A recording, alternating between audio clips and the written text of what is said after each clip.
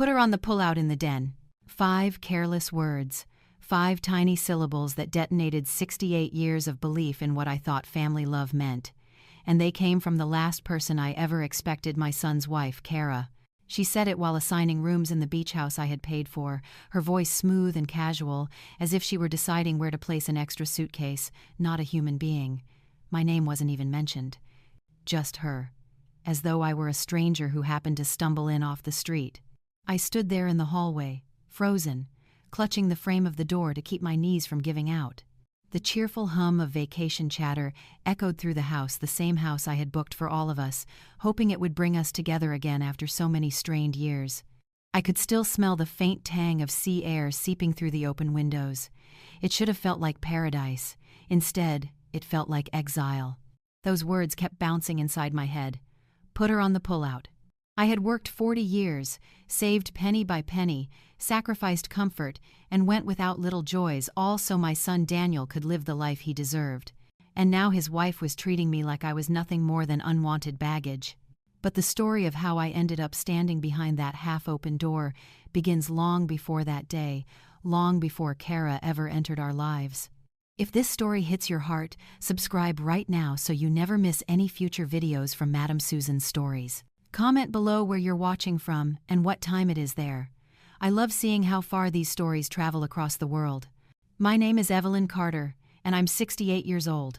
What I'm about to tell you happened just 2 months ago in Malibu, California, a stretch of coast where movie stars live behind iron gates and houses shine brighter than the ocean itself.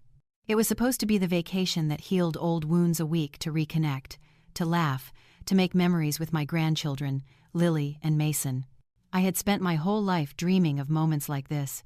My late husband, Walter, and I used to say that once we retired, we'd rent a little beach house, sit on the porch with coffee, and watch the waves roll in.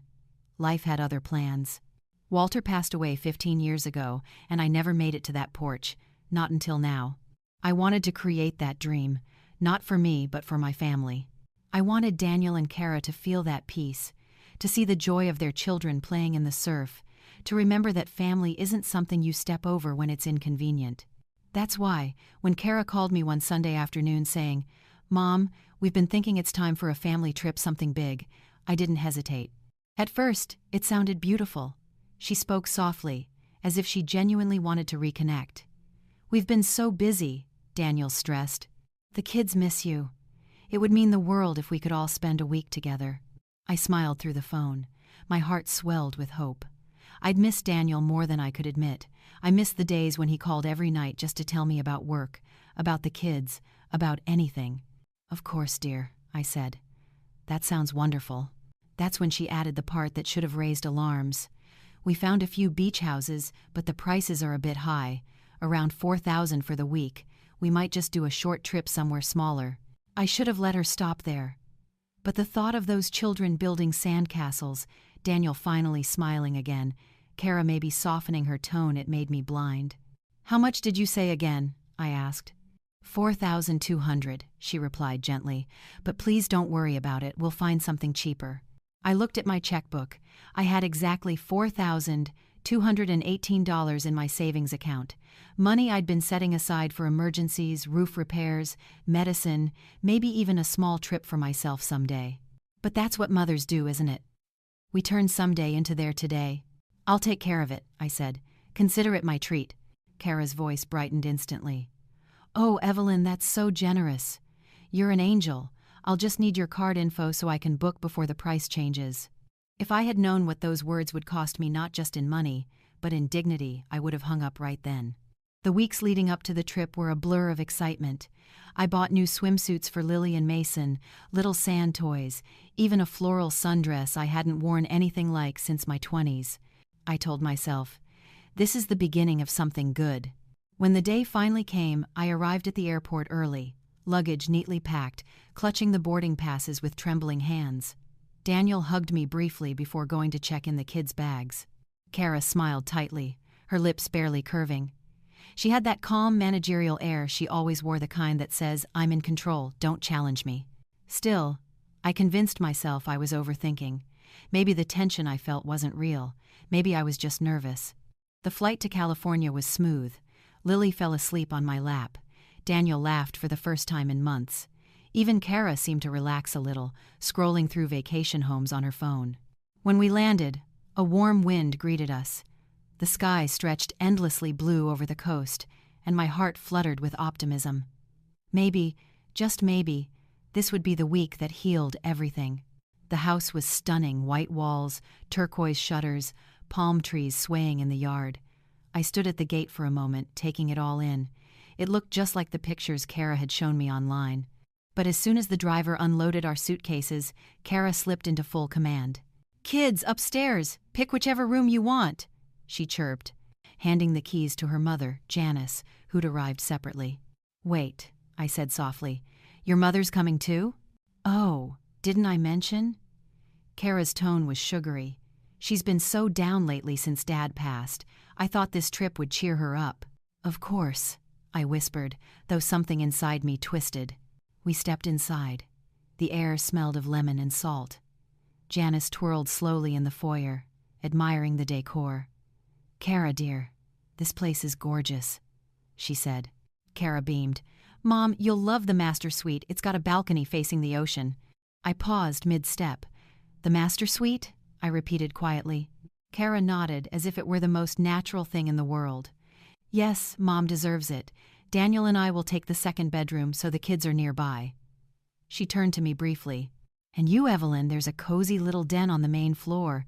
It's perfect for you, easy access to the kitchen and everything." The words stung, but I forced a smile. "That's thoughtful. Is not no a brag." Later, as I unpacked in the small den barely large enough to stretch both arms out, I noticed there was no bed. Just a pull-out sofa, thin as paper. I laughed softly to myself, though there was no humor in it. That was when I heard Kara's voice drifting from the hallway to someone on the phone. "My mom gets the master. We'll take the second. The kids will be fine in the bunk room, and she can sleep on the pull-out." My hand froze mid-fold. She. Not Evelyn, not Mom, just she. And just like that, everything I thought I knew about kindness, gratitude, and family shattered into silence. But what Kara didn't know, what none of them knew, was that those 5 words would become her undoing.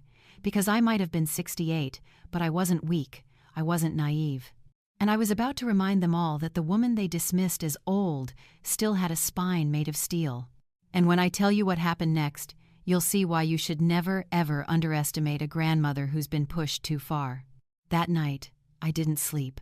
I lay on that thin pull-out sofa, every metal spring pressing into my back, listening to the laughter echoing from upstairs. The sound of wine glasses clinking, of Kara's bright voice leading the conversation like the perfect hostess, drifted down the staircase and straight into my chest like knives. They toasted to sunsets and family, to new memories, and I couldn't help but wonder if I was even part of those memories anymore, or just the bank that funded them.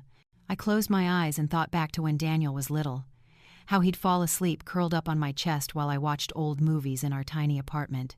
How I promised myself that no matter how hard life got, I'd give him more than I ever had. And I had. Every dollar I earned went to his schooling, his sports, his future. When Walter died, I didn't even buy myself flowers for the funeral. I used the money to pay Daniel's college deposit instead. I did it gladly. That's what love looked like to me. Quiet sacrifices no one notices until you're gone. But now, as the moonlight spilled across that cramped den, I realized that my silence had become my own enemy. For years I'd avoided confrontation, staying quiet to keep the peace. But peace built on disrespect isn't peace at all.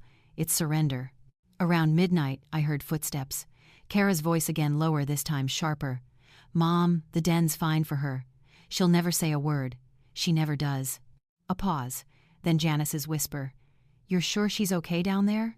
Kara's laugh was soft but cruel. "She's lucky to be here at all. Let her rest on the couch. It's not like she needs much space. Besides, I need her to stay in good spirits for a few more days until I get her signature." "Signature?" My breath caught.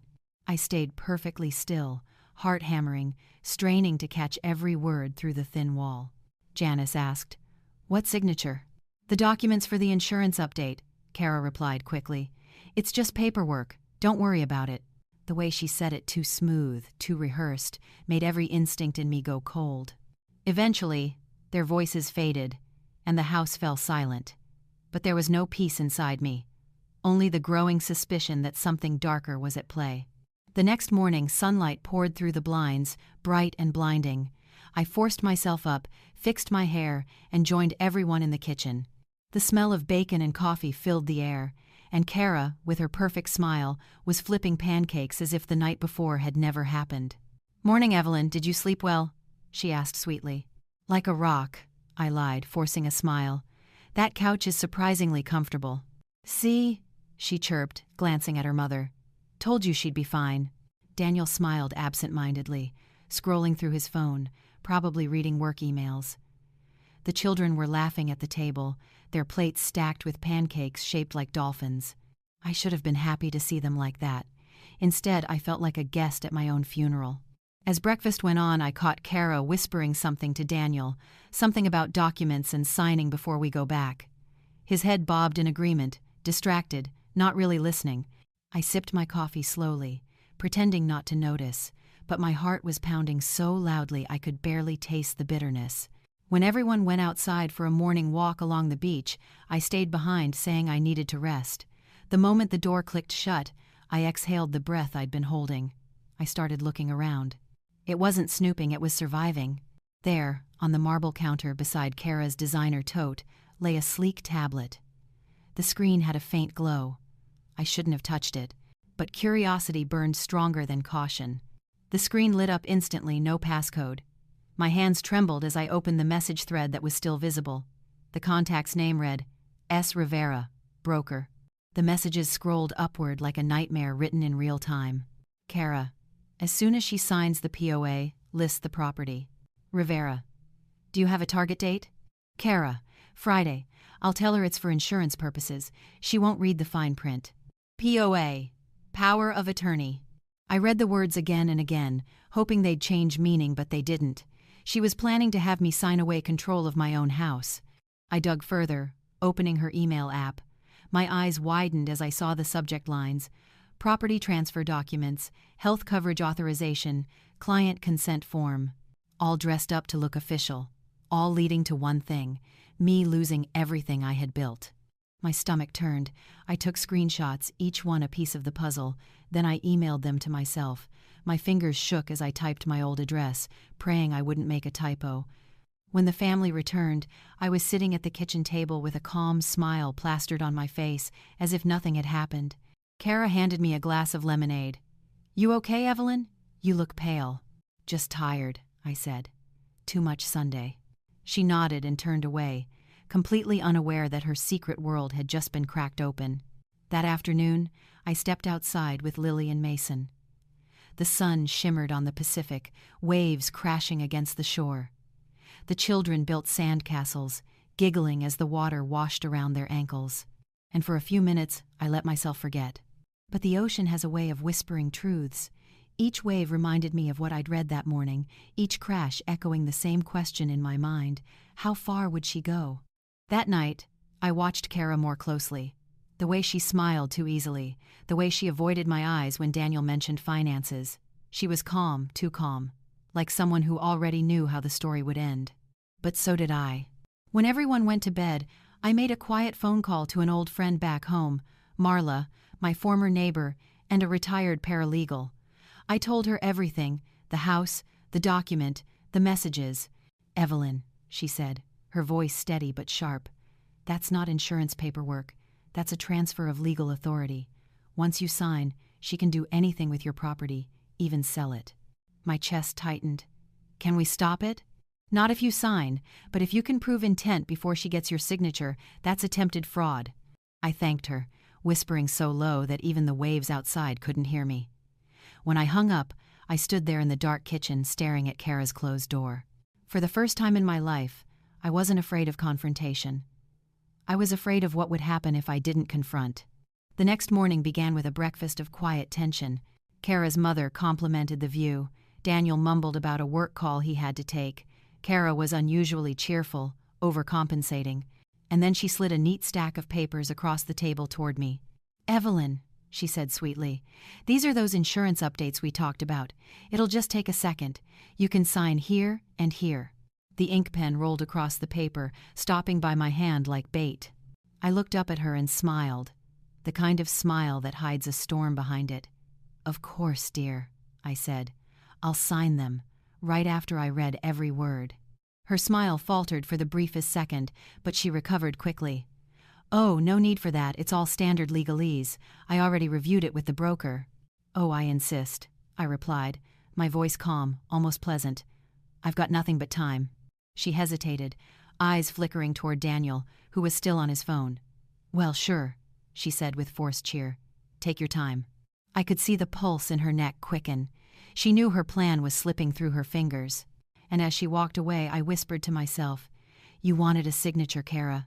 You'll get one, but not the kind you expect." Kara must have thought she had me cornered.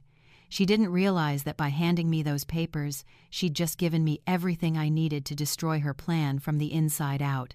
I waited until she stepped out to take a call on the patio, pretending not to notice me flipping through the pages. Each sheet was printed in that slick, formal style meant to intimidate you into signing without question.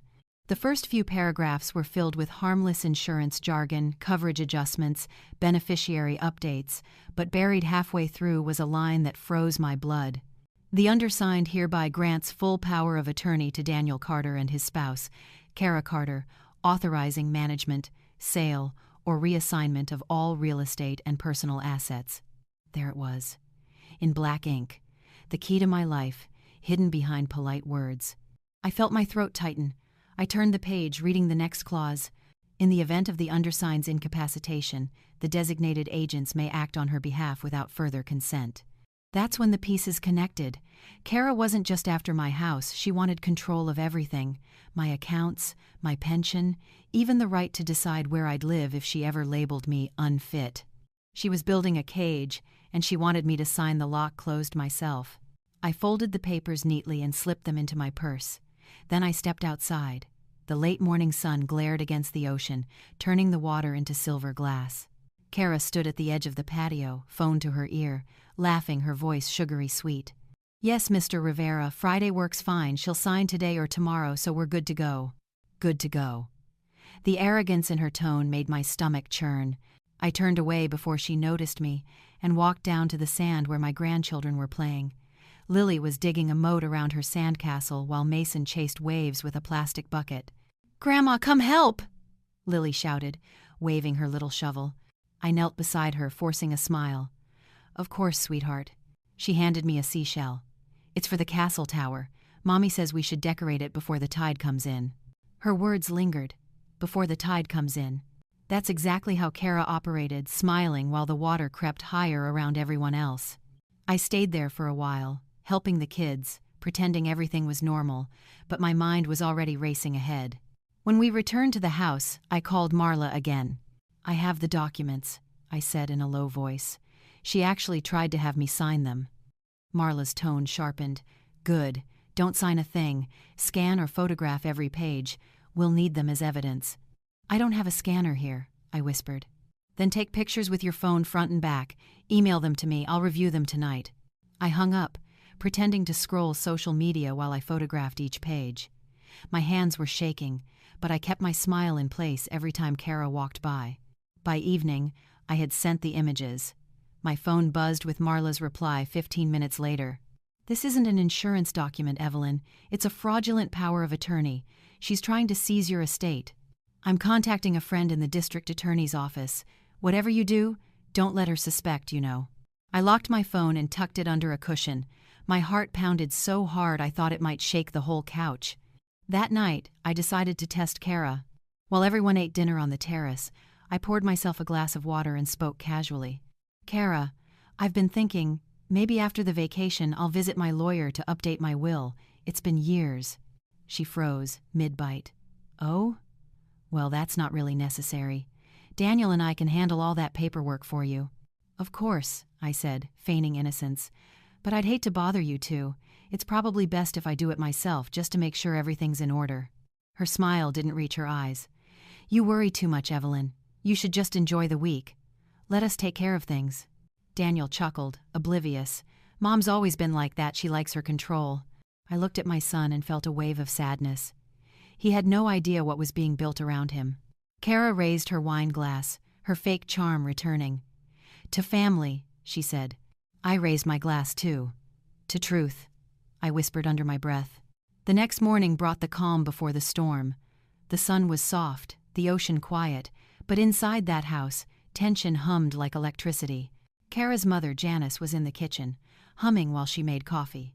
She smiled when she saw me. "Good morning, Evelyn. How'd you sleep?" I smiled back politely. "Better, thank you." But when Kara came down the stairs, her smile faltered the instant she saw her purse was missing the documents. She froze for a fraction of a second, then quickly recovered. "Evelyn, dear, have you seen the papers I left on the counter last night?" I sipped my tea, looking her straight in the eye. "Oh yes. I tucked them into my bag so they wouldn't get wet.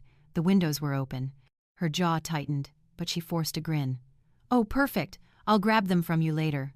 "Sure thing," I said. "I've been meaning to read them properly anyway."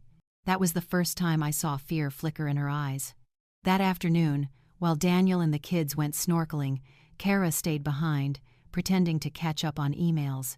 Janice went upstairs for a nap, leaving the two of us alone. I sat on the couch reading, or at least pretending to. Kara paced the kitchen, restless. Finally, she broke the silence. "Evelyn," she began, her voice too calm. "You know I'd never do anything to hurt you, right?" I looked up. "Why would you say that, dear?" She smiled tightly. "Oh, no reason. You just seem tense lately. I hope you're not worried about anything." "I'm fine," I said, closing my book. "I just don't like signing things without understanding them." Her expression hardened. "Of course. It's just standard paperwork, you know. Daniel and I are only thinking about your future. You'll thank us one day." "I'm sure I will," I replied softly. "But not today." Her composure cracked for half a second. "What do you mean?" I leaned forward, my tone almost playful. "I mean that before I sign anything, I'll be consulting my lawyer first." The color drained from her face. "Your lawyer?" "Yes, dear. Everyone should have one. You never know who might try to take advantage of you." She stared at me, speechless. For the first time since this trip began, I felt powerful. "Anyway," I added, standing up, "you should get some rest. You look worried." I walked out to the terrace, leaving her standing there. I could feel her glare burning into my back. That evening, while she pretended to be cheerful during dinner, her mask had slipped. Every smile looked forced, every laugh brittle. She barely touched her food. Daniel noticed. "You okay, babe?" "Just tired," she murmured. I watched her across the table, feeling the shift of power in the air. The hunter was realizing she'd become the hunted. After dinner, as the kids went to bed, I stood by the window, watching the tide roll in. The moon hung low, heavy and white. My reflection stared back from the glass, older, yes, but not weak. Not anymore. I whispered to myself, "You wanted a game, Kara. Let's play." The next morning, my phone buzzed again. It was Marla. "Good news. The DA's office confirmed your documents count as evidence. If she tries again, record it. They'll open an investigation immediately." I smiled. For the first time in days, I felt like I could breathe. When I walked into the kitchen, Kara was already there, whispering into her phone, but she fell silent when she saw me. "Good morning," I said pleasantly, pouring myself coffee. She didn't answer. I took a slow sip and looked her dead in the eyes. "You should eat something, Kara. You'll need your strength." She blinked rapidly. "My strength? For what?" I smiled. "For the rest of the week." Her hand trembled slightly as she set her phone down. She didn't know what I knew. She didn't know how close her house of cards was to collapsing. But she was about to find out. By midweek, Malibu's light had turned that late afternoon gold that makes everything look honest, even lies. The air smelled like salt and gardenias from the hedge along the driveway. From the terrace, I watched Daniel and the kids toss a frisbee on the sand while Kara paced along the upper deck, phone pressed to her ear, voice hushed and hurried. I'd learned something about Kara these last few days. When she was certain she was winning, she spoke like a game show host. When she felt the footing shift beneath her, her words got smaller, faster, as if speed alone could keep the truth from catching up. "Yes, Mr. Rivera, Friday at 3, she whispered. "I've booked the notary on Civic Center Way. She'll bring 2 witnesses if we need them." A pause. "No, she hasn't signed yet. She's stalling, but I'll handle it." Civic Center Way, notary, Friday at 3. I let the breeze run cool fingers through my hair and pretended to check my phone. I opened the recorder instead and tapped to save that one clean sentence we would need. I wasn't here to start a fight, I was here to make one unnecessary. Janice joined me with 2 glasses clinking soft as wind chimes. "You should try the rosé," she said gently. "It's lovely." "Maybe later," I replied. "Headache." I turned and met her eyes. There was worry there that wasn't for me. It was a mother's worry, the kind you try to hide, because the person you raised might be the one who needs protecting from themselves. "Janice," I said softly, "if someone you loved was about to make a mistake that could ruin a family, would you want to know?" Her smile struggled. "Evelyn, I'm sure you and Kara just need a little understanding." "Understanding comes after honesty," I said. "Not before." She looked away toward the water. "Kara wants what's best for Daniel and the kids." "What's best?" I said. "Has a way of announcing itself when you hold it up to daylight." Janice didn't answer. She set the second glass down and left it between us like a peace offering that neither of us could accept. That evening, the house filled with small, ordinary sounds that used to mean home to me: cutlery tapping plates, Mason's fork drumming a tune, Lily asking if dolphins only jump at sunset. Ordinary sounds can hide extraordinary intentions. Kara barely ate. She kept glancing at the clock like she'd promised it something. After dinner, Daniel took the kids to the community pool for night swim. "Back in an hour," he said, dropping his keys in the blue bowl by the door, the bowl Kara never let him use because it ruined the entry aesthetic. He used it anyway. I tucked that tiny act of rebellion away like a safe-kept coin. The moment the door clicked shut, Kara straightened her blouse and grabbed a canvas tote. Stepping out for a second, she said casually to no one, already halfway to the door. "For what?" I asked, only curious in tone, not accusing. Curiosity is a key that opens without breaking anything. "Groceries," she said. "We're low on fruit." "At 9:15? I smiled. "Take a sweater. Marine layers coming in." She didn't. She left too fast to think about air. I counted to 30, picked up Daniel's keys from the blue bowl, and followed at a grandmother's pace. Through the gate, past the light-splashed bougainvillea, around to the side street where the rental lots sit like a row of sleeping sharks. Kara's white crossover was already rolling toward the highway. I did not chase. I did what old women who raise children learn to do. I guessed what she would do next, and I went there first. Civic Center Way. Notary Friday at 3. A broker who answers texts too quickly. Malibu is a small town when it wants to be. The kind of place where your errands and your secrets share a parking lot. I drove to the shopping center by the courthouse and parked near the coffee shop, the kind of coffee shop where everyone pretends to be writing screenplays and nobody finishes one. I took the corner table with sightlines to the notary office 2 doors down. I didn't have to wait long. Kara's crossover slid into a space facing the glass. A man stepped from the shadow of the notary's doorway and raised his hand. Dark blazer, 2 shiny shoes. He had the lean tenseness of someone who sells things that don't belong to him yet. The sign on the realty office next door answered the question I didn't ask. Rivera Pacific Properties. I didn't take a picture, not yet. I pressed record and rested my phone on the table, face down. When you hold a camera at someone, you make them actors. When you hold a microphone at the world, it forgets you're listening. Their voices came in torn lace, soft, then clear when the door swung. "She's wobbly," Kara said, "but Friday we make it official." Rivera, careful. Once the POA's in place, we list immediately. Malibu comps move fast. You'll want to stage it. I've got a team. My mother-in-law's bungalow doesn't need staging, Kara said, a laugh that cut. It needs a buyer. The notary's door opened. A woman with a tidy bun and a tired kindness looked at a schedule printout. Just confirming Friday 3 p.m. Carter party. Correct, Rivera said. Documents will say insurance supplemental. Cleaner. The bun nodded, professional sorrow flickering. We don't advise on content, we just verify signatures. I didn't blame her. Not everyone can be a wall. Some of us are windows. We let the light through and hope the room knows what to do with it. Kara and Rivera moved closer to the coffee shop. I turned my cup, masking the mic. After sale, Rivera murmured. We wire net to the managing agent. Daniel, Kara said too fast. Whichever agent is named, Rivera corrected. His voice carried the warning of men who have learned to write their own alibis. They drifted toward the far bench, where a ficus pretends to give privacy. I let the recorder run for 2 more minutes, then pressed stop, heart beating a drumline I hadn't heard since Walter's last night at the hospital. I didn't go home, not yet. I texted Marla the audio file with a single line: independent corroboration. Notary, broker, intent.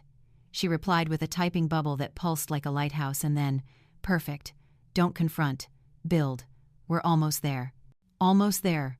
2 words that smell like a finish line you can't see yet. When I returned, Kara was already back, a bag of fruit on the counter.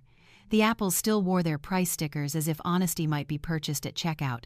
Missing the pool? I asked, rinsing a grape. Changed my mind, she said. Marine layers coming in. I smiled into the sink. Thursday morning arrived wearing blue like a bruise. The kids begged for the pier. Daniel promised churros afterward. Kara promised we'd be quick because she had an appointment later. She didn't say what kind. I didn't ask. Not asking is sometimes the most merciful form of telling. On the pier, Lily pressed a quarter into the binocular viewer and gasped, "Grandma, I can see forever." Children always think forever is something you can purchase for 25 cents. Adults learn the cost later. Daniel leaned on the rail beside me. "Mom," he said, soft as fog, "you okay? You've been different." "I'm fine," I said. "You?" He stared at the water the way a man looks at a bill he can't pay. "Work's been rough," he said, "but I'll fix it. Alone." He turned, the tiny flinch that tells the truth. "I have help." "From Kara?" He raised a shoulder. "We're a team." "Team." I nodded and let the word pass through me like a bird that didn't know the window was glass. "Daniel," I said, "tomorrow at 4, I need all of us on the terrace. You, me, Kara, your mother-in-law. I want to plan how we'll spend our last night here. Menu, photos, everything." He looked relieved to have something he could solve. "Sure, Mom, that sounds good. Make sure you're there." "I will." He put an arm around my shoulders, the weight familiar, the warmth old. "Hey," he whispered, "thanks for this week, whatever it costs you." "Everything worth having costs something," I said. "I just prefer receipts." Back at the house, I made 2 calls. First to Marla. I have the notary slot, the broker, the lingo. I have proof of intent. "Good," she said. "I've spoken to the investigator. If she tries to present documents again, do not sign, but ask her to explain the clauses out loud. Record that. Then invite everyone to a planning meeting and present your evidence in the open. Let it be undeniable." "Will that be enough?" "It will be enough to stop this week from ending the way she wants," Marla said, "and enough to start consequences." Second, I called my bank manager. "Hypothetical," I said lightly. "If a person presents a new power of attorney on my accounts, what happens?" "We verify with you directly via recorded line and secondary authentication," she said. "No exceptions." "Good," I said, and asked to add a password only I would know. "Make it something no one can guess," she advised.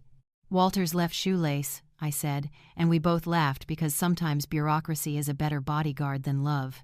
When I hung up, Kara was at the island, aligning the fruit into a smile that looked tired. "Party tomorrow?" she asked brightly. "I heard you tell Daniel." "A goodbye dinner," I said. "I'd like family photos on the terrace at 4. Golden hour." "Golden hour," she repeated, and the way she said it made me think she knew how light behaves when you're trying to look innocent. She stepped closer. The kitchen carried her perfume like a secret that wanted to be found. "Evelyn, I know you've been overwhelmed with all the decisions this week. If you sign the insurance updates today, I can confirm your coverage before the weekend. It's just one last thing." "One last thing," I echoed, letting the phrase turn in the air until it lost its power. "Bring them after lunch. We'll read them together." "Together?" "You and I said, clause by clause, slowly. For the first time, she didn't hide her frustration. "You don't trust me." "I don't know you," I said. "Trust is something you build with the same patience it takes to raise a child or love a man past his fear. It is not something you request on a deadline." She looked at me like I'd spoken a language she didn't recognize. "I'm doing what's best for this family." "Then we agree on the goal," I said. "We just disagree on what best looks like when it signs its name." She left the room without answering. The apples sat in their smile on the counter, performing happiness for a kitchen that wasn't buying tickets anymore. At 2 o'clock, she set the papers down between us. The marine layer had crept in early, and the house wore a soft gray. I slid on my reading glasses, flipped the stack, and placed a pen beside them like a prop that would not be used tonight. "Read the title to me," I said. She blinked. "You can see the title. I'd like to hear what you call it." Her jaw ticked. "Supplemental insurance authorization." I turned the first page and pointed to the header line, "General Durable Power of Attorney." "Try again," I said. Her cheeks colored. "It's just the legal format functionally, it's the same thing." "And this paragraph?" I tapped the clause that would have let anyone decide I was unfit when I mislaid my keys. "Explain this one." She tried. She failed. And the recorder in my apron pocket captured every false start. I closed the stack and slid it back. "Tomorrow at 4, I said gently. "We'll all sit down together. I'll bring dessert. You bring the truth." She gathered the pages with hands that didn't feel like her own. "You're making a mistake," she whispered. I stood, smoothed the tablecloth. "Walter and I bought at a flea market the year the rent went up and we couldn't." "Maybe," I said, "but at least it will be mine." I walked to the terrace as the first lights winked on along the coast, one house at a time, like citizens raising small lanterns against a gathering storm. Down on the sand, Daniel spun Lily in a circle until both of them fell laughing, and for a moment I remembered the boy he had been, the one who believed that if you wanted the world, you could make a paper boat, write "world" on the side, and set it sailing. Tomorrow at 4, I would lay the receipts on the table. Not to win, to end the losing. And when the tide finally came for us, it would meet a woman who knew how to plant her feet and let the water break around her without taking her name. Friday arrived with a sky so clear it felt rehearsed. Waves polished the shore in long, even strokes. Somewhere down the coast, a leaf blower droned like a warning you could ignore if you wanted to. I didn't. I was done ignoring things. By 7 a.m., I had my own stage set. I brewed coffee, lined up plates, and slid a lemon cake into the oven. The simple kind Walter loved, the kind that makes a house smell like a decision has already been made. While the batter rose, I moved through the rooms one by one, tucking proof where proof would be needed, a printed transcript of Kara's texts with S. Rivera, the audio clip from the shopping center, a copy of the notary's confirmation with Friday 3 p.m. Carter party, circled in ink. I placed each set into a manila folder and wrote names across the tabs: Daniel, Janice, Kara. A fourth, thicker folder I labeled "For Investigator Printouts," timestamps, and a one-page summary Marla had drafted in bold, gentle language that even a bulldozer couldn't misunderstand. I backed everything up email to myself, cloud folder, a tiny flash drive tucked beneath the sugar canister. I'd spent a life taking care of others. It turned out the muscle memory works just as well for taking care of the truth. At 8, my phone buzzed. "Marla, paper trail looks strong," she said. "If she produces the POA at the notary, don't engage, just decline and walk out. But my preference? Lay it all out at your 4 o'clock terrace meeting before 3. Force daylight early." 4 is intentional, I said. "Families tell the truth better around food." Marla chuckled. "Then feed them well. I'll keep the investigator on standby." "And Evelyn?" "Yes?" "You're doing this with dignity. That matters, even if the law didn't exist." "It matters to me," I said, and set the phone down like a candle you don't blow out. By 9, the kids thundered down the stairs in swimsuits, goggles on their heads like crowns. "Grandma, pool?" Mason asked, already bouncing. Kara appeared behind them with a fixed brightness that didn't reach her eyes. "Pool sounds perfect," I said, wiping my hands on a towel. "Back by noon, please. I've got a special dessert setting." Daniel grinned, relieved to have something normal to hold. "You got it, Mom." He kissed Lily's head and shepherded them out. When the front door clicked shut, the house fell into a soft, expectant hush. Kara lingered at the island, lining up strawberries on a paper towel. Her hands moved precisely, but her jaw worked like it was chewing the day. "Busy morning?" I asked. "Just errands," she said. "We're low on a few things." "Ah," I said. Civic Center Way was bustling the other night. It was nothing, 3 words placed like a pebble to see what ripples form. She stared at the strawberries. "You follow me often?" I raise sons, I said. We learn to hear the difference between a closed door and a slammed one. I slid the lemon cake from the oven, its top golden and split. I also learn what not to say until it counts. She set the berries down too hard. A red crescent bled across the towel. 4 o'clock on the terrace, I reminded. Everyone, we'll plan our goodbye dinner. Her smile was a glare that had put on lipstick. Can't wait. Late morning sank into the calm fidgeting of a house waiting for confrontation. Janice drifted into the kitchen in her robe, hair pinned carefully, the way a woman dresses when she wants to look composed but expects to be surprised. Something smells wonderful, she said, inhaling. Lemon cake, I replied. Walter used to say it tastes like a sunbeam you can slice. She smiled, then sobered. Evelyn. Yes? I know you and Kara. I know there's tension. She's strong-willed. She takes on too much. She thinks control is the same as care.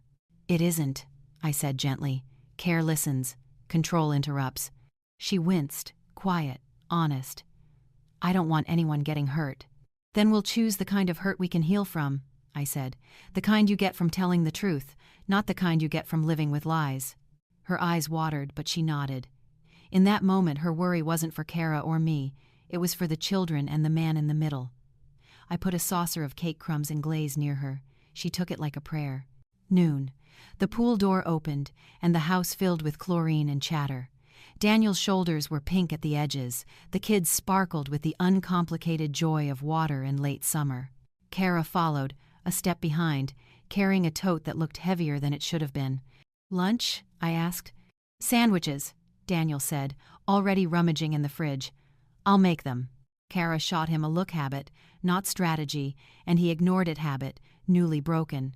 Small revolutions deserved applause, so I handed him the good bread and said nothing. We ate on the terrace under a striped umbrella that flapped like a soft drum. I told Lily and Mason about the first time their father saw the ocean, how he named every wave like it was a puppy. Daniel laughed. The kind that lifts the corners of a day. Kara smiled in the right places. Janice watched all of us as though she were memorizing the scene in case she needed it later. At 1:30, Kara cleared her throat. Evelyn, do you have a minute to review those insurance forms before my 2 o'clock call? 4 o'clock, I said pleasantly. Together. Her mouth made a small, baffled O, as if she'd expected the world to keep moving in the direction she pointed. The kids wanted a movie. Daniel promised popcorn. Janice offered to help me in the kitchen. Kara excused herself to prep. I left the plates soaking and walked to my room, the little den with its ironed sofa and salt-stiff curtains. I sat on the edge and took 3 breaths the way Walter taught me during tax seasons, when money was more math than mercy. 3 breaths can be armor when you need one. At 2:45, my phone pinged. Unknown number. Reminder, notary appointment 3 p.m. for Carter. Please bring valid ID. I stared at the message until it doubled, then steadied. A second ping from Kara. Running a quick errand. Back by 3:30. The calculus landed clean. Sign at 3, arrive at 4 with a new fact she considered irreversible. The old strategy shock and speed played by someone who knew nothing about secondary authentication, living trusts, or a lemon cake cooling to exactly the right firmness for slicing while you dismantle a scheme. I walked to the kitchen. Daniel was on the floor with the kids, building a fort from couch cushions. Janice was slicing apples with care. Daniel, I said, light as weather. 4 o'clock on the terrace, remember. He looked up, smiled. Wouldn't miss it. Kara appeared at the stairs with a sweater over her shoulders and a tote in her hand. Back in a bit, she said too brightly. Fruit? I offered, holding out a plate of apple slices. I'm good. As you wish, I said, and placed the plate back on the counter next to the manila folders, fanned like a hand of cards I had no intention of hiding. She left. The house took a breath it hadn't earned. I checked my watch. 2:52. I opened the fridge, lifted the sugar canister, and slid the flash drive into my pocket. I put the For Investigator folder in my tote, then tucked the Daniel and Janice folders beneath the lemon cake server on the tray. I carried it all to the terrace and set the table, plates, forks, napkins, a bowl of berries, and the cake on its stand like a crown awaiting a head. Tread dieci. My phone buzzed. Marla again. She's at the notary. Reception just logged her. Investigator en route to the office but might miss her. She'll need my signature, I said. She doesn't have it.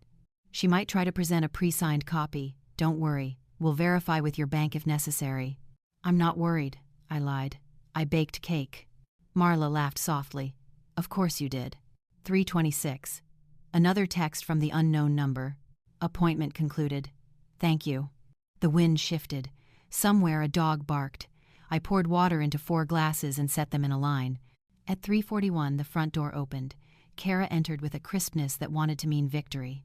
She put the tote on the island, smoothed her sweater, and checked her reflection in the black glass of the oven. She took a breath and walked toward the terrace. I met her at the threshold with a cake knife in my hand, the least violent blade in the world. Golden hour, I said. Where's Daniel? She asked. Gathering the kids' movie things, I replied. Janice is with him. She glanced at the folders, at the table set like a scene from a gentler life. A flicker of doubt crossed her face. It left as quickly as it came. You know, she began, resting her hand on the back of a chair, I had some time this afternoon and went ahead to finalize your insurance paperwork. Did you? I said. Yes, she said, smiling carefully. Everything's in order now. Wonderful, I said. Then it will be very easy for you to explain each clause out loud to the family. Her smile froze, as if it had been switched off at the wall. Footsteps. Daniel emerged, kids trailing until Janice scooped them gently toward the den and clicked on a movie. The patio door slid shut behind him. He looked from me to Kara, reading whatever weathermen like him sense before a storm. Mom? Kara? He asked softly. I gestured to the chairs. Please, sit. We did, the 3 of us, with the ocean arranged behind us like a witness that had seen too much and wouldn't be surprised again. I cut the lemon cake into neat, even slices. I placed one in front of each of us. Then I slid the Daniel and Janice folders to the center and kept for investigator beneath my palm. Kara, I said, as kindly as the truth allows, would you read the title of the document you finalized today? Her mouth opened, then closed. She reached into her tote and produced a sheaf of papers clipped together. She set them on the table. The first page stared back at us with the steadiness of print that knows what it is. General Durable Power of Attorney. Daniel leaned forward. I thought you said... Insurance. I finished for him. That's the word she likes. Kara swallowed. It's a standard format, functionally. Read the clause about real estate, I said, tapping the page. The one on management, sale, reassignment. Her eyes flicked from the words to me. She didn't read. The silence stretched, a taut line begging not to snap. I slid a printed text thread across to Daniel. This is your wife messaging S. Rivera to list my house once the POA clears. Here's the notary reminder. Here's the audio of Kara and Mr. Rivera confirming the appointment and describing the POA as insurance supplemental for optics. Daniel's face went the color of unbaked bread. His hands shook. Kara, tell me this is a misunderstanding. She reached for a smile and found none. Daniel, I was trying to help us. Your debts are mine, he said, voice raw, not my mother's to erase. I turned to Kara, softer than I felt. I baked a lemon cake today because endings don't always have to taste bitter. You can still choose honesty. Read the clause. She held my gaze, then looked down at the page. When she finally spoke, her voice was small and precise, every syllable a stone dropping into a well. The designated agents are hereby authorized to manage, sell, or reassign any and all real property of the principal. Daniel flinched.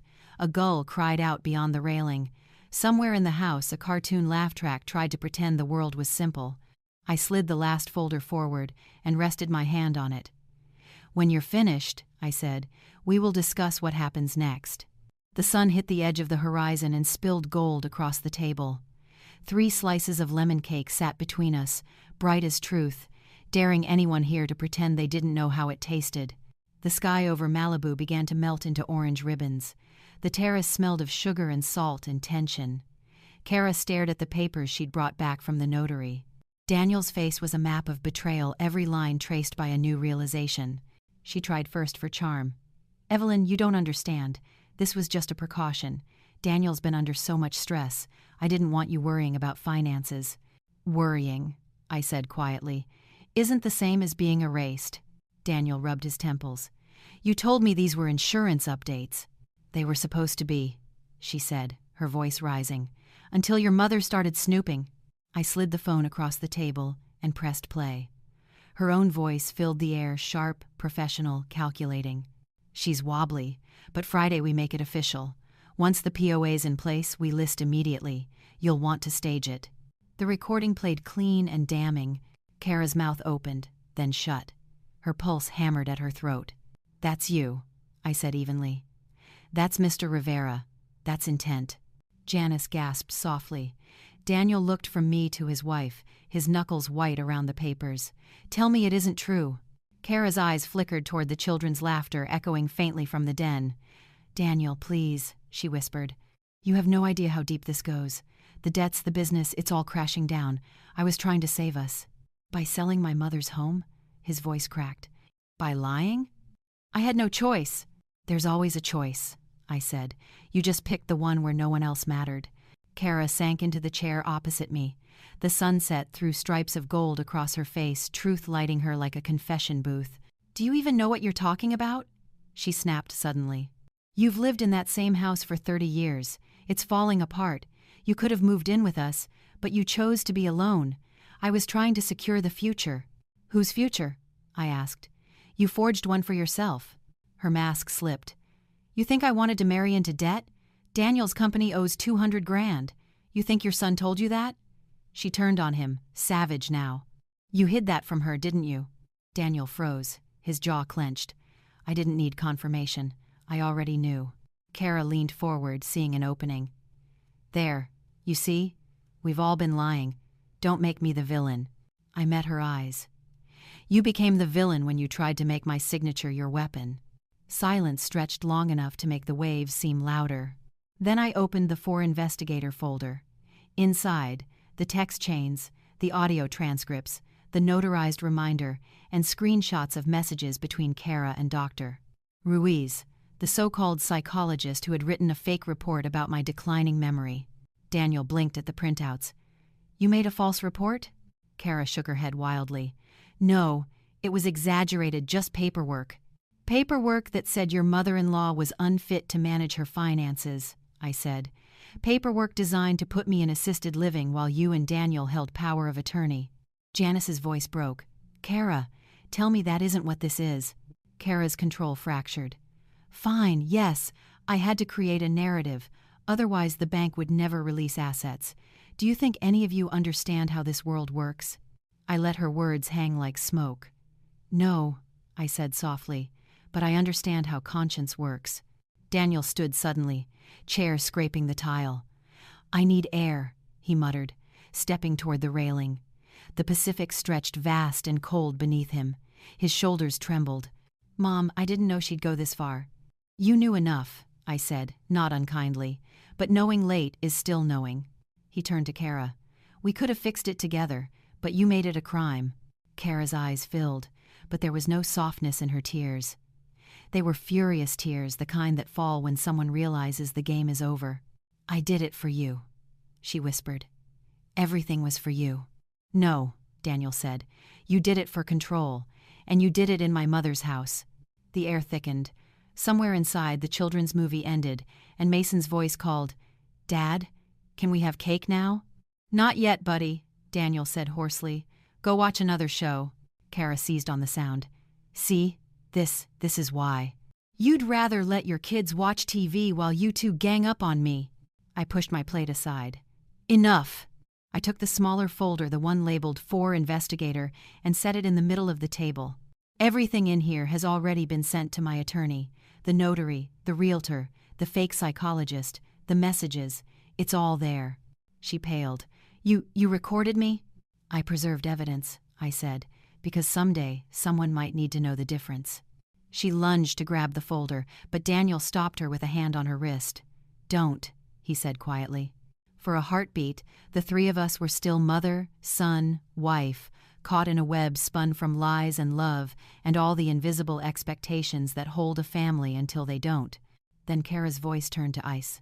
"If you think you can humiliate me and walk away, you're wrong. I know things about you, Daniel, about the business. You want me gone? Fine, but I'll take you down with me." I'd been waiting for that line. I slid another sheet forward, the printout from her texts with Rivera, where she bragged about keeping dirt on Daniel for leverage. His eyes went wide. You blackmailed me before you even needed to? Kara realized too late that she'd confessed to everything. Janice began to cry quietly. The sun sank halfway, staining her tears gold. I rose slowly. Kara, you can leave this terrace right now and face your mistakes with a lawyer beside you. Or you can stay here and let the police come to you. Either way, this stops today. She laughed once, brittle and sharp. You wouldn't dare. I stepped closer, steady, measured. I'm 70. I've already buried a husband, survived layoffs, and watched friends disappear one by one. You think I'm afraid of daring? Her face hardened. You'll regret this. No, I said. You will. Daniel turned to me. Mom, what do we do now? We call Marla, I said. She'll send the investigator tonight. He nodded, tears breaking free. I'm sorry. I placed a hand on his cheek. Then start being the man I raised, not the one she built. Kara stood suddenly, chair clattering behind her. She grabbed her tote and fled inside, her footsteps echoing down the hallway. Janice whispered, She'll call someone. I know, I said. So will I. I lifted my phone and dialed Marla. It's time, I said simply. Understood, she replied. The lemon cake sat untouched between us. The light faded. The sea darkened. In the quiet, Daniel began to sob, the kind of cry that sounds like relief and ruin at once. I placed my hand over his. Son, I said softly, truth always costs more than lies, but it lasts longer. He nodded, gripping my hand like a drowning man who finally found a piece of wood that floats. Behind us, a siren wailed faintly on the Pacific Coast Highway. Maybe coincidence, maybe destiny catching up on schedule. Either way, it was coming. And this time, I didn't flinch. Kara didn't run far. We could hear her in the kitchen, drawers opening and closing with the frantic slap of a person looking for an exit that doesn't exist. The house seemed to hold its breath, the way a body braces before a surgeon cuts. Janice stood, wiping her cheeks. I'll talk to her, she whispered. No, I said gently. Let her decide who she's going to be. Daniel nodded, jaw working. He took his slice of lemon cake and set it back on the plate untouched, hands trembling like someone trying to drink from a glass that keeps moving. Footsteps returned. Kara reappeared on the terrace with her tote zipped high and her hair pulled into a severe knot. Something in her face had changed, less pleading, more steel. All right, she said, voice tight. If we're laying cards on the table, then here are a few I've been keeping for when you pushed me this far. Daniel stiffened. Kara, she cut him off. Stop! You want truth? Fine. Your precious company didn't stumble into debt because the universe is unfair. It's because you and Miles padded 3 county remodel invoices and billed for materials you never ordered. The words landed like a bottle thrown against stone. The sound didn't stop at the first shatter. It kept breaking as the pieces rolled. Daniel's face drained. His eyes found the horizon and then fled it. Kara, don't! She pressed forward, triumphant and ragged. I have the emails, the spreadsheets, the side agreement Miles wrote up so you two could front-load profits and reconcile next quarter, which never came. I have the shared folder you forgot you gave me access to when I set up your payroll last year. If you report me, I report you. And unlike your mother's lemon cake, that will not go down sweet. Janice's hand flew to her mouth. Kara, she whispered. Grief and disbelief knotted into one sound. I looked at my son, not past him, not through him, at him. He was still the boy who tried to glue the wing back on a plastic airplane rather than admit he'd snapped it. He was also a grown man who'd snapped something much larger and hoped no one would notice until it flew. Is it true? I asked. His shoulders sagged. He nodded once, slow, as if the motion itself hurt. Miles said it was industry standard, he murmured. Everyone does it. We were going to true it up.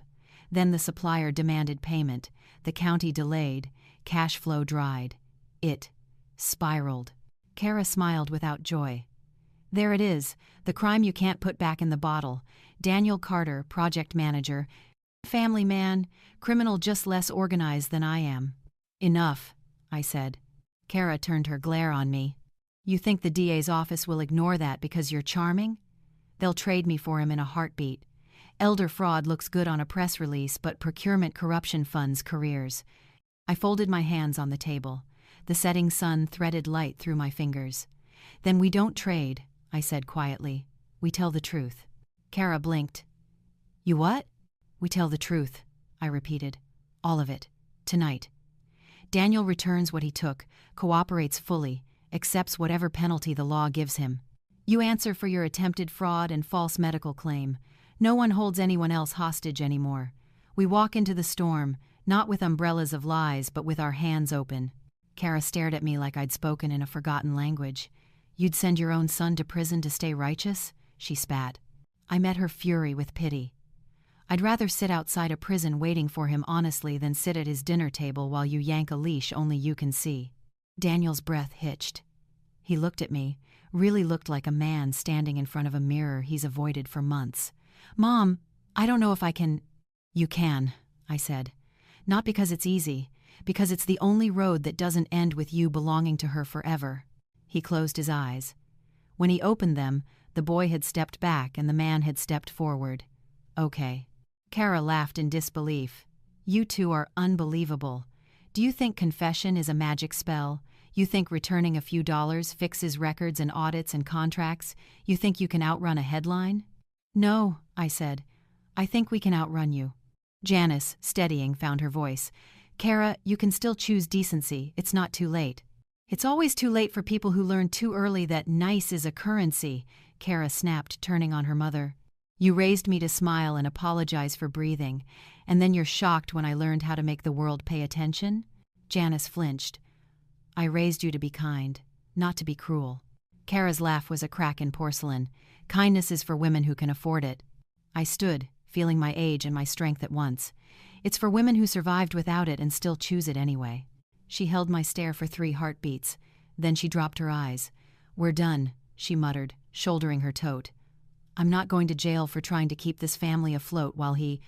You're going because you built a raft out of someone else's house, I said, and you poked holes in it so you could point to the leaks. She whirled. I will burn you down. I set my palm on the 4 investigator folder. You already tried. The patio door slid open again. Marla stepped out, winded from the stairs, a small badge clipped inside her tote alongside a thick envelope. She had brought someone with her, a woman in a navy blazer with kind eyes and a posture that meant business. Evelyn, Marla said. This is Investigator Saunders from the DA's office. Kara's fingers tightened on her tote strap. You called them here? Now? You wanted cards, I said gently. This is the dealer. Saunders nodded to each of us. We're here to listen, not to arrest anyone on the spot, she said, voice even. Tonight is about preservation of evidence and making sure no further harm occurs before formal interviews. Kara scoffed. I have nothing to say. That's your right, Saunders replied unfazed. You should also know, Miss Carter, she looked to me, already provided documentation suggesting fraudulent inducement for a power of attorney and a potentially fabricated medical report. We'll look into those sources first. Kara's gaze flicked razor sharp. You're a sweet old lady with a scanner and a temper. That doesn't make a case. Saunders didn't blink. No, she said, but a broker's voicemail, a notary log, text threads, and a clinician already sanctioned twice for falsified reports make a decent start. The porch light clicked on as the sun slid away. Night arrived not as a surprise but as a relief, shadows that let people admit things they couldn't in daylight. Daniel cleared his throat. Investigator Saunders, he said, voice shaking, I have to disclose something about my business. I want to do it formally, with counsel present. But I don't want any of this to be used to leverage my mother again. Saunders studied him. I can't offer immunity, she said, but cooperating early, returning funds, and documenting misconduct voluntarily is always considered. Daniel nodded, swallowing hard. Then that's what I'll do, Kara snorted. You won't last a day. He looked at her with a strange, calm sadness. Maybe not, he said, but it'll be my day. Saunders turned to me. Miss Carter, do you feel safe remaining in the home with Miss Price this evening? Kara will be leaving, I answered. Tonight. Kara bristled. You can't force me. I looked to Saunders. Can we ask for a temporary order to keep her from attempting further contact or accessing my property or records? Yes, Saunders said. Given what I've seen, a short-term protective order is reasonable. We can file first thing in the morning. In the meantime, Miss Price, I'm advising you not to delete anything from your devices. Destruction of evidence would complicate your situation." Kara's laugh died in her throat. She clutched the tote as if it could float. "Fine," she spat. "I'll go to a hotel." Janice stepped between us, tears bright again but voice steady. "You'll come home with me," she told her daughter, "and you'll give me your phone tonight." Kara recoiled. "Mother." "Enough," Janice said. Not loud. Final. "I will not watch you drown and drag a family with you." For a second, Kara looked like a child again, cornered, furious, wounded. Then she nodded once, contempt curdling into compliance. Whatever. She stalked inside. Drawers thudded again. Zippers. The sound of someone packing while their future unpacks them. Saunders turned to Daniel. "Mr. Carter, I'll expect your counsel to reach out. The sooner the better." He nodded. "Tomorrow morning." Marla squeezed my arm. "You did it," she whispered. "No," I said. "We started it." 10 minutes later, the front door shut behind Kara and Janice. Their car eased down the hill, taillights shrinking. The house exhaled. Somewhere inside, the kids laughed at a cartoon chase they'd seen 100 times. Predictable villains, silly music, if only. Saunders gathered the copies I'd prepared. "We'll be in touch," she said. "Tonight, lock your devices, change passwords, and get some rest if you can." Rest felt like a word from a foreign country. "Thank you," I said. When they were gone, Daniel and I stayed at the table, 2 slices of lemon cake cooling between us like small, bright moons. The ocean whispered against the shore, patient as truth. "Mom," he said at last, "I'm scared." "I know," I said. "So am I." "What if—" "Shh." I took his hand. "We deal with what's real, not the 1,000 ghosts that haven't arrived." He nodded, cheeks wet. "I was so sure I could fix it if I just kept moving." "Stillness is sometimes the only motion that counts," I said. "Tomorrow you stop running, you walk in." He stared at the cake and gave a small, broken laugh. "Is it weird that I'm hungry?" "No," I said, cutting a slice and sliding it to him. "It means you're alive." He took a bite. The smallest sound escaped him, something like relief wearing sugar as a disguise. He wiped his eyes with the back of his wrist. "It's good." "It always was," I said. "You just forgot how to taste it." We sat there a long time, listening to the house settle. The tide pulled and returned, promising that leaving and coming back are both parts of the same motion. When the plates were empty, I stacked them, rinsed them, and set them to dry. Ordinary work for an extraordinary night. In the den, Lily and Mason had fallen asleep, sticky with popcorn and peace. I covered them with a throw, tucked the blanket beneath their chins, the way I used to tuck Hope under Daniel's when he was their size. On my way back to the terrace, I paused at the mirror in the hall. The woman looking back wore her years like medals, not chains. Her hands were steady. In the glass behind her, the doorway framed Daniel standing alone, shoulders squared, the first inch of a man climbing out of a pit he'd dug himself. He turned, as if he felt me watching, and managed a small smile. Tomorrow would be the hard part, the phone calls. The signatures that would mean something real, the numbers turned into payments, the names spoken into official rooms with bad lighting and good memory. But tonight, the bomb under the table had already gone off, and we were still here, not unhurt, but unburied. I turned off the patio light. The house went quiet, the kind of quiet that isn't empty, it's loading. Morning broke gray and clean. The Pacific was calm again, pretending it hadn't listened to every argument from the night before. Daniel was already in the kitchen when I came downstairs, hair wet from a shower, sleeves rolled, eyes red but awake. The smell of coffee filled the air, strong and bitter, like the truth we'd decided to drink together. "Marla called," he said quietly. "The DA's office wants me downtown at 10. I nodded. "I'll drive you." He hesitated. "You sure?" "Yes," I said. "We started this together. We'll finish it that way." We arrived early. The investigator met us in a glass conference room that smelled of paper and disinfectant. Daniel laid out every document, emails, invoices, the whole ugly tangle. He didn't flinch when he signed his statement. It was the kind of bravery that doesn't make headlines but saves souls. When it was done, the investigator shook his hand. "It's better you came clean on your own," she said. "That makes a difference." Outside, the air was heavy with salt and exhaust. Daniel leaned against the car, breathing like someone learning how to live in the open again. "What happens next?" he asked. "We rebuild," I said, "one truth at a time." Weeks passed. Lawyers handled paperwork. Kara faced charges of fraud and forgery but took a plea deal that required restitution and community service. Daniel began cooperating with auditors to fix what he'd broken at work.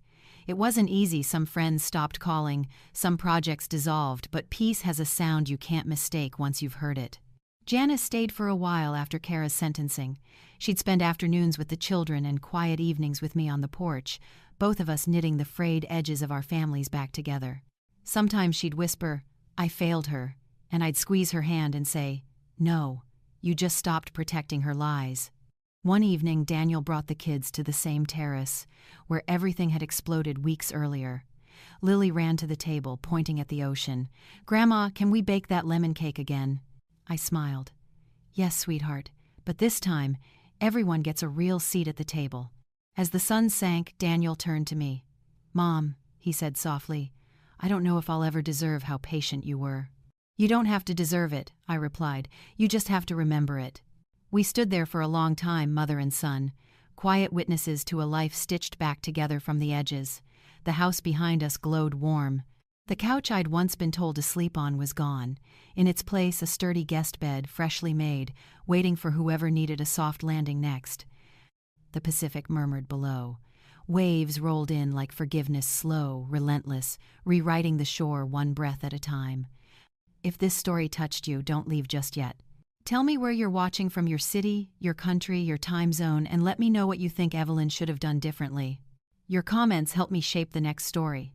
And don't forget, more true, emotional stories like this one are already waiting for you on this channel. So subscribe, like, and share this video with someone who needs a reminder. Sometimes standing up for yourself isn't revenge, it's self-respect. Stay tuned. New stories drop every day, and trust me, you won't want to miss the next one.